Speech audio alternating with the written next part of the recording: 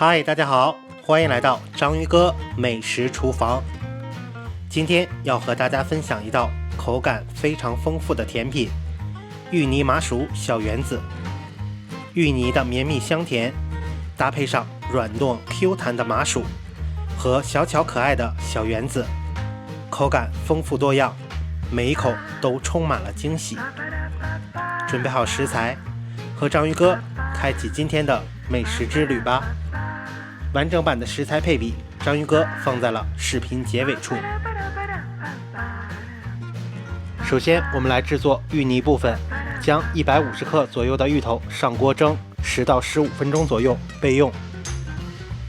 然后，我们将制作芋泥的原料芋头、牛奶、白砂糖、紫薯粉，还有炼乳依次加入到料理机中。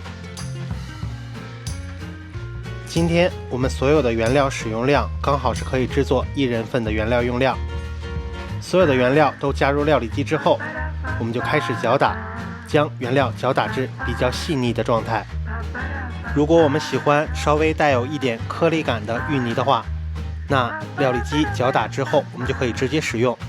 如果你喜欢口感更加丝滑的芋泥，那我们可以再进行一遍过筛，这样的话口感会更加的细腻。搅打好之后，我们就将芋泥直接倒入甜品碗中备用。然后我们开始制作小圆子。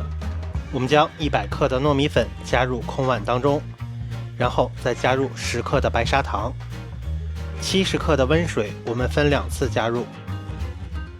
我们使用筷子将糯米粉搅拌成絮状。其实今天这个小圆子100克糯米粉的配料用量，我们是使用不完的。但是如果糯米粉的量更少的话，我们确实不太容易制作成面团。那多出来的小圆子，我们可以在煮之前直接放入冰箱冷冻，等想吃的时候拿出来再直接煮就可以。搅拌的差不多了，我们就开始手揉面团。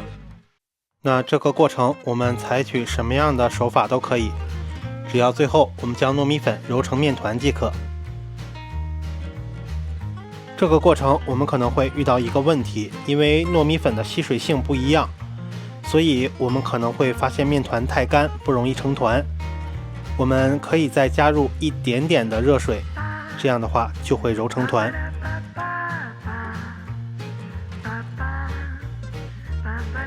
揉好之后，我们就将糯米粉面团一分为2，其中的一份我们用保鲜膜给它封好，避免风干。另一份我们加入紫薯粉，制作成紫色的面团。因为糯米粉的面团不会像小麦粉面团那样具有延展性，所以我们在操作的时候可以将糯米粉的面团完全捏散，然后和紫薯粉完全混合均匀之后，再重新捏成面团。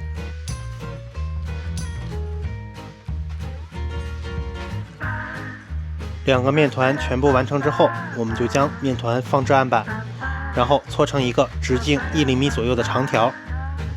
这个面团因为完全没有韧性，所以特别容易搓断，但是不用担心，我们只需要轻轻地沾一下，就完全可以粘合好。搓好之后，我们就使用分割刀切成长度为1厘米左右的小面团即可。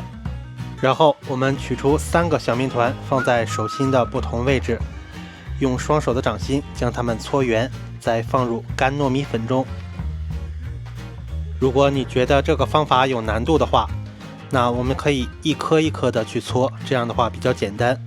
全部搓好之后，我们就轻轻的晃动装有干糯米粉的盘子，让每一个小圆子都裹满干糯米粉，防止粘连在一起。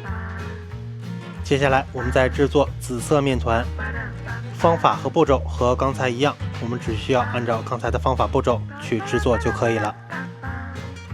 这个面团和刚才的芋泥我们都使用了紫薯粉，如果你家里没有紫薯粉的话，我们直接使用鲜紫薯去制作就可以。而且如果你喜欢吃小圆子的话，我们可以一次多制作一些，然后放入冰箱冷冻，它可以制作很多美食，比如酒酿小圆子、红豆沙小圆子或者杨枝甘露小圆子，都是非常好吃的甜品。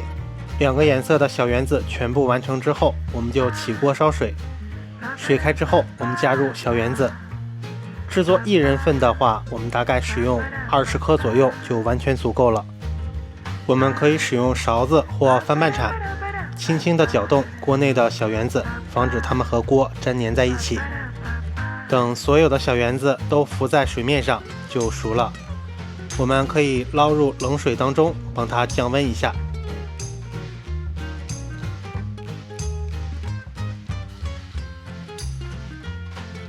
接下来我们就开始制作麻薯部分。空锅内倒入牛奶、白砂糖还有木薯淀粉，先不需要开火。我们将这几种原料搅拌均匀，搅拌至完全没有颗粒。搅拌好之后，我们就可以开火，将火调至最小的状态，然后我们使用翻拌铲或勺子，不停地在锅中搅拌。因为这个过程比较快，大概也就是3-5分钟的时间，所以我们一定要不停地进行搅拌。很快，我们就会发现锅内的液体逐渐地变成酸奶状。我们继续搅拌，然后可以使用翻拌铲提拉我们的原料。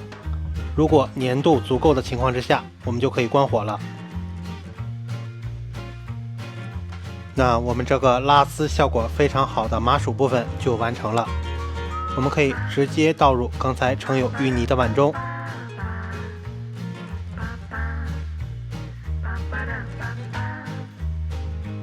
加上我们的双色小圆子，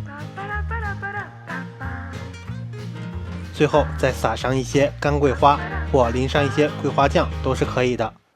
那我们的芋泥麻薯小圆子就完成了。怎么样，制作过程是不是非常的简单？